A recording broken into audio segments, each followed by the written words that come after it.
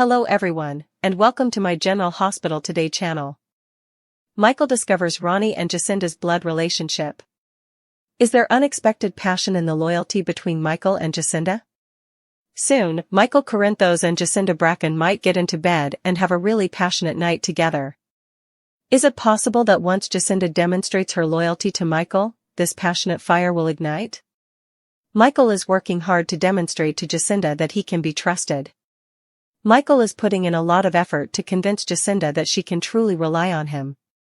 As their relationship evolves, Jacinda and Michael are beginning to cultivate a sense of trust and mutual respect that is becoming increasingly profound. Their connection is poised to strengthen even further when Jacinda makes the bold decision to betray Nina Reeves for Michael's benefit.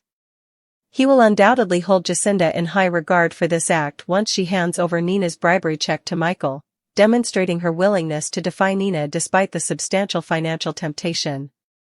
This pivotal moment could very well lead to a significant transformation in the dynamics between Jacinda and Michael. Before things get real, how much longer will the pretend relationship last?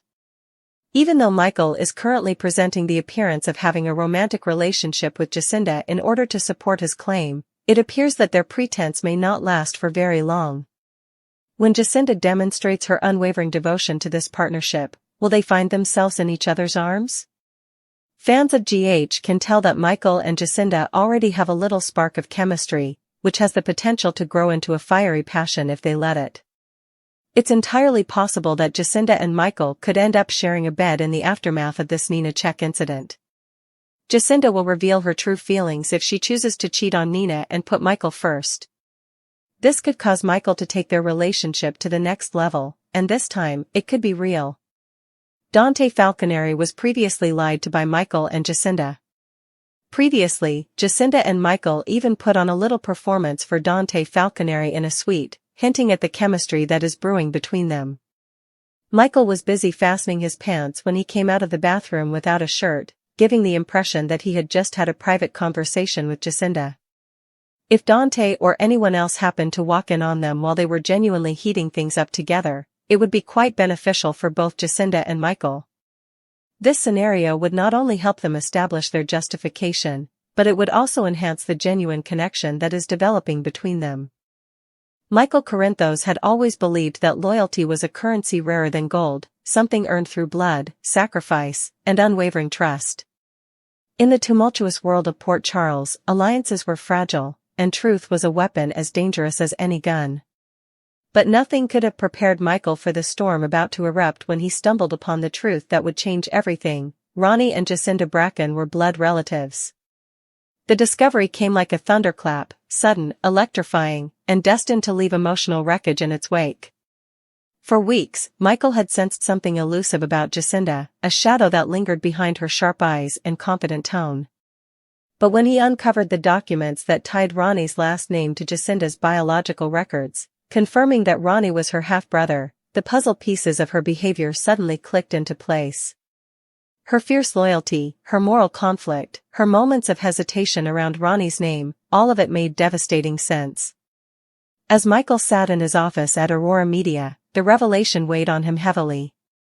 He could still picture Jacinda's trembling voice from days ago when she'd confessed her doubts about Ronnie's actions but refused to fully condemn him. At the time, Michael thought it was professional caution. Now, he understood it was family. Jacinda had been torn between protecting her blood and honoring the truth, a truth Michael now held in his hands like a loaded weapon. And yet, rather than use it against her, he found himself feeling something deeper, compassion. Because if there was one thing Michael understood, it was the pain of family secrets. He'd lived through the lies of the Corinthos legacy, the half-truths of mob loyalty, and the endless sacrifices made in the name of protecting the family. Now he saw that Jacinda was fighting her own version of that same battle, and it made him want to protect her even more. But Jacinda, unaware that her secret was out, was fighting her own war of conscience. Ever since she'd aligned herself with Michael, she'd been testing the boundaries of loyalty, especially when Nina Reeves, ever the manipulator, had offered her a substantial bribe to betray him. The check Nina had slipped across the table shimmered under the restaurant's candlelight like temptation incarnate. Jacinda stared at it, knowing the number written on it could solve every financial problem she had. But something inside her, something that sounded very much like Michael's voice, refused to take it.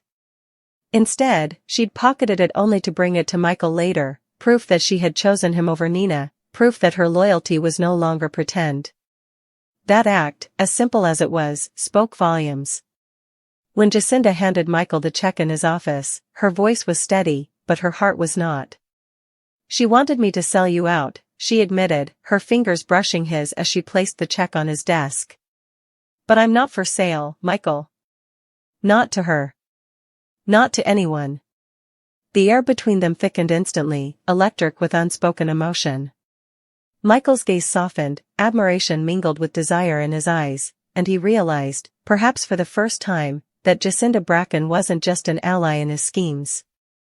She was a woman he could genuinely fall for. For weeks, their so-called pretend relationship had been a strategic ploy, a necessary facade to give Michael an alibi and to keep the scrutiny of Dante Falconeri and others at bay.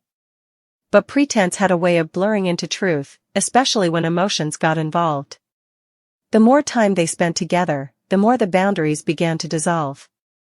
Their staged dinners, fake arguments, and orchestrated public displays of affection began to carry a different kind of charge. There were moments, small, fleeting, yet potent, when Michael would catch Jacinda looking at him not like a co-conspirator, but like someone who truly cared. That spark had been unmistakable the night they had to fool Dante. Michael, half-dressed and disheveled, emerged from the hotel bathroom while Jacinda adjusted her robe and tousled her hair, the picture of post-intimacy perfection. Dante's raised eyebrows and smirk sold the illusion, but what neither detective nor accomplice could see was that behind closed doors, Jacinda's heart was pounding as if the act had been real. And maybe, deep down, part of it was. Now, after the Nina check revelation, Michael's respect for her surged to a level that felt dangerously close to love. He knew he shouldn't cross that line, not yet, not when their alliance was still so fragile. But when he looked into her eyes, he saw the same conflict he felt, desire battling restraint. That night, after everyone had left the office, Jacinda lingered. "You didn't have to trust me," she said quietly, standing by the window, her silhouette bathed in the soft glow of the city lights. Michael approached slowly, his voice low but certain. "I wanted to," he confessed. "And now I do."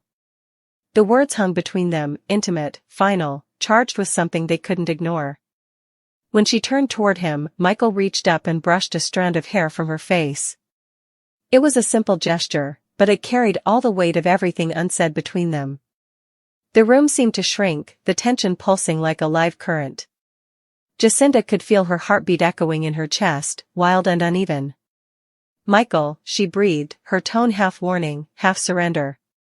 But he didn't step back. "You've risked everything for me," he whispered. "The least I can do is be honest about what that means to me." And then, before either could stop it, the moment tipped. His lips found hers, not out of strategy, not out of obligation, but out of something raw and real. The kiss was slow at first, hesitant, the kind that carried the weight of unspoken trust and newfound passion. But it deepened quickly, igniting the fire that had been simmering beneath the surface for weeks. When they finally broke apart, Jacinda's eyes searched his for regret, but there was none. There was only honesty, and something that looked dangerously like love. But passion always comes with consequences in Port Charles. The very next day, the truth about Ronnie's blood relationship to Jacinda exploded into public view. Sonny Corinthos himself was the first to confront Michael, demanding to know if he'd known all along. The revelation caused ripples across every corner of their world. Suddenly, Jacinda was no longer just Michael's mysterious ally, she was a woman connected by blood to a man whose death still hung like a dark cloud over the Corinthos family. Questions began to swirl. Did Jacinda know about Ronnie's actions before his downfall? Was she protecting him all along? Or was she another victim of his deception? Michael found himself torn between his head and his heart. Logically, he knew he needed distance, he needed to protect his family, his reputation, and his interests. But emotionally, he couldn't turn away. He'd seen Jacinda's loyalty firsthand, seen her defy Nina's manipulation, seen her risk everything for him. And in those quiet, private moments when they were together, away from the chaos, he saw the woman beneath the turmoil, vulnerable, passionate, and utterly sincere. When Jacinda came to him after the news broke, her face was pale, her eyes glistening with unshed tears. "I was going to tell you," she said, her voice breaking. "I just didn't know how." Michael exhaled, his expression softening. "You should have trusted me." She nodded, biting her lip. "I wanted to. But I was afraid you'd see me differently." He took a step closer, his hand finding hers. "I do see you differently," he said, "but not in the way you think." That night, as rain pattered softly against the windows of Michael's penthouse, the two found themselves drawn together once more, not out of passion this time, but out of shared pain. They sat in silence for a long while, and then, as if unable to resist the gravity between them, they kissed again, deeper, hungrier, but also more tender. This time, there was no pretense. No alibi. No fake relationship to hide behind. It was real. By morning, the world outside would still judge them, gossip would still swirl, and enemies would still plot. But for that one night, Michael and Jacinda found something neither of them expected: peace. In each other's arms, they discovered a connection built not just on desire, but on trust, forgiveness, and the shared scars of betrayal. Michael Corinthos had discovered many truths in his life, but none more powerful than this: that love often blooms in the shadow of chaos, and loyalty, when proven through fire, can transform even the most unlikely alliance into something real. And as Jacinda slept beside him, her hand resting lightly against his chest, Michael knew that no matter what storms awaited them, they were worth fighting for. Because sometimes, in Port Charles, the greatest discoveries aren't about bloodlines or secrets. Sometimes, they're about the moment two people finally stop pretending, and start believing in something real. Morning sunlight spilled through the penthouse blinds, tracing soft lines across tangled sheets and whispered promises. Michael Corinthos stirred awake first, the weight of Jacinda Bracken's head resting lightly on his shoulder. For a brief, perfect moment, he allowed himself to forget the chaos waiting outside those walls, the accusations, the betrayals, the headlines. In that small bubble of morning calm, nothing existed except the sound of her steady breathing and the lingering warmth of the night they'd shared. But reality, as always, was merciless. His phone buzzed on the nightstand, an alert from the Port Charles press. The headline blazed across the screen in unforgiving bold: Ronnie Bracken's hidden sister exposed, Jacinda Bracken's family secret rocks the Corinthos empire. Michael's jaw tightened. So the leak had happened. Someone, maybe Nina, maybe Dante, had decided to make Jacinda's bloodline public knowledge. And now the world knew. Jacinda stirred, her sleepy contentment evaporating as soon as she saw his expression. "It's out, isn't it?" she asked quietly, already knowing the answer. Michael nodded, showing her the phone. She exhaled shakily, pulling the sheet tighter around herself. "I knew this day would come," she whispered. "But I hoped, not like this." He could see the pain etched into her face, the fear of being judged not for who she was, but for the blood she carried. "You didn't ask for this," he said softly, reaching out to touch her hand. "You're not responsible for Ronnie's choices." But Jacinda shook her head. "You don't understand. He wasn't just my brother, Michael. He was my protector when I had no one. He wasn't always what he became. There was a time when he was kind. When he looked after me." Her voice trembled. "And now everyone will only remember the monster." Michael moved closer, gently cupping her face. "Then we'll show them the truth," he said firmly. "That you're not defined by what he did, you're defined by what you do now. By the choices you make." Her eyes glistened with unshed tears, but his words grounded her. She'd fought too long to let her past dictate her future. And now, with Michael by her side, she finally felt strong enough to fight back. Nina's fury ignites a war. Across town, Nina Reeves was fuming. In her office at Crimson, she slammed a folder shut, her fury barely contained. The news about Jacinda's family connection had blown up faster than she'd planned, and not in her favor. Her attempt to discredit Jacinda had backfired spectacularly. Instead of destroying her reputation, the revelation had made Jacinda a sympathetic figure, a woman burdened by her brother's sins but standing strong beside Michael Corinthos, the golden son of Port Charles. "Nina, you're losing control of this," her assistant murmured cautiously. But Nina's glare silenced her instantly. "Don't tell me what I already know," she hissed. "Michael thinks he's won, but he doesn't realize who he's dealing with." She turned to the window, staring out over the city skyline. "He took my magazine, my credibility, and now he's trying to take my allies too. But I'll make sure he regrets ever trusting Jacinda Bracken." With a quick flick of her phone, she sent a message to someone who had their own reasons to hate Michael. Dante Falconeri's doubts. Meanwhile, Detective Dante Falconeri couldn't shake the feeling that something about the whole situation didn't add up. The supposed romance between Michael and Jacinda had always seemed suspicious, too conveniently timed. But after the Ronnie Bracken revelation, the pieces started fitting together in ways he hadn't expected. Maybe Jacinda's connection to Ronnie wasn't coincidence, maybe it was motive. He replayed the night he'd walked in on Michael and Jacinda in that suite, the half-dressed act they'd put on for him. It had seemed convincing then, but now, with the new information, he wondered, had they been hiding something deeper?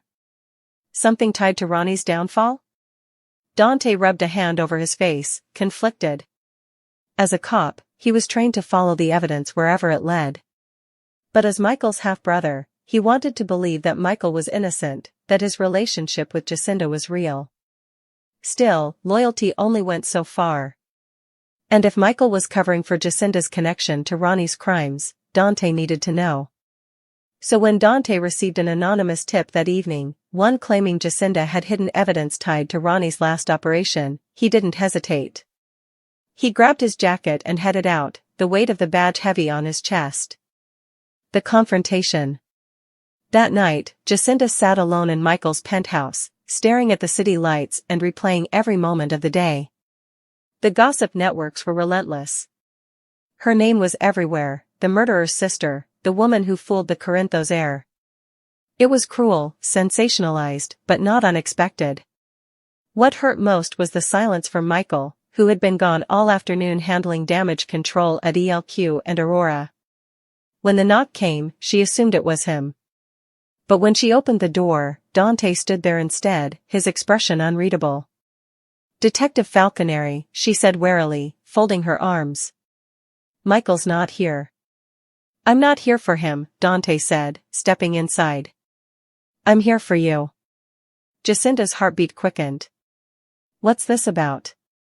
Dante pulled out a file folder and placed it on the table.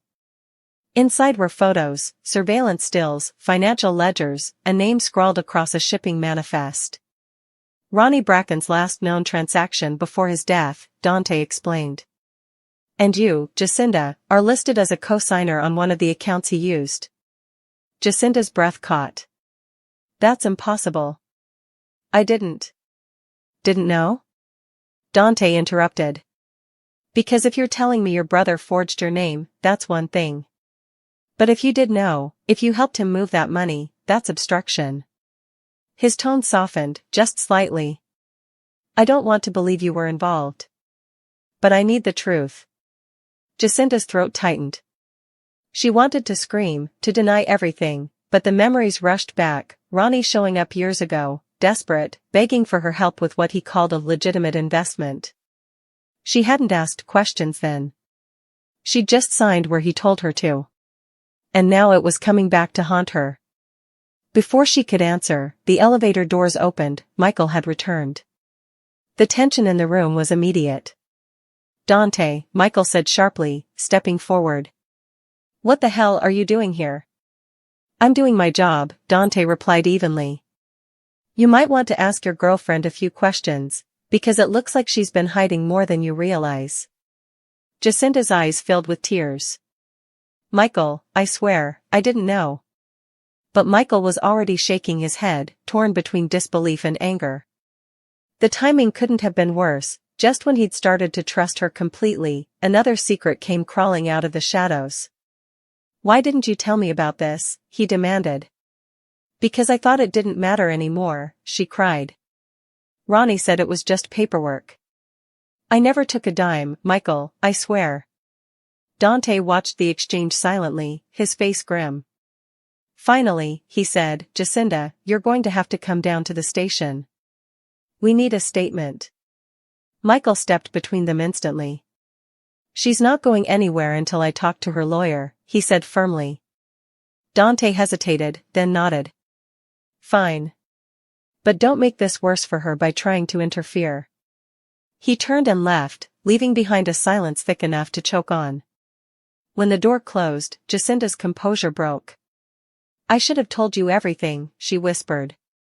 "But I was scared you'd see me the way everyone else does, as Ronnie's sister, not as me." Michael ran a hand through his hair, pacing the floor. His heart warred with his head. He wanted to believe her, every instinct told him she was telling the truth. But trust.